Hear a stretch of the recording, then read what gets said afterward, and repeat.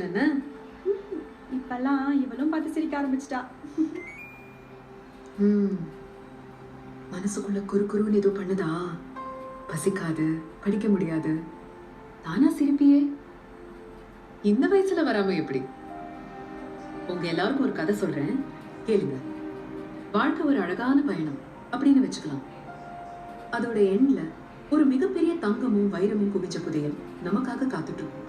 கண்ணுக்கு தெரியாது, ஆனா நாம அதை நோக்கி போய்கிட்டே இருப்போம். போற வழியில சின்ன சின்ன துண்டா தங்கம் செதறி கிடக்கும்.